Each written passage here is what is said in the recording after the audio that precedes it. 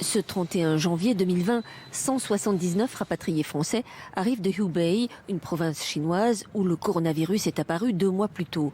Ils sont placés en quarantaine ici, dans ce centre de vacances à Carry-le-Rouet.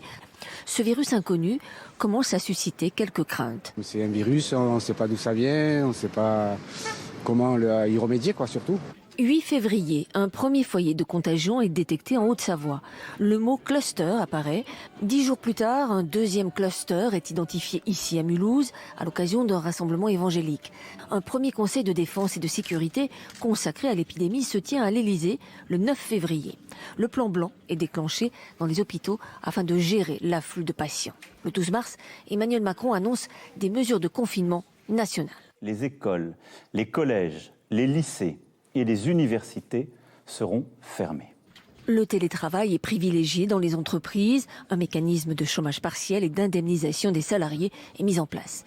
Le premier tour des élections municipales est cependant maintenu pour le dimanche 15 mars. 2 juin, la France sort du confinement. Les écoles accueillent à nouveau l'ensemble des élèves, mais avec des mesures barrières strictes. Bars, restaurants rouvrent dans les zones vertes, uniquement en terrasse dans les zones oranges comme à Paris et en Ile-de-France. Le masque devient obligatoire dans les transports en commun. 10 juillet, l'état d'urgence sanitaire est levé. Les Français partent en vacances, mais restent en France. Il n'y a pas trop de gestes barrières de respecter et il y a juste une petite différence, c'est que la boîte de nuit elle est fermée. Fin août, les chiffres des contaminations et des hospitalisations repartent à la hausse.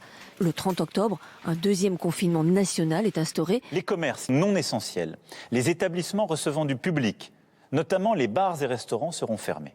Mais les écoles restent ouvertes avec port du masque obligatoire à partir du CP. Je respire, après j'ai de la bouée dans mes lunettes, alors c'est un peu gênant.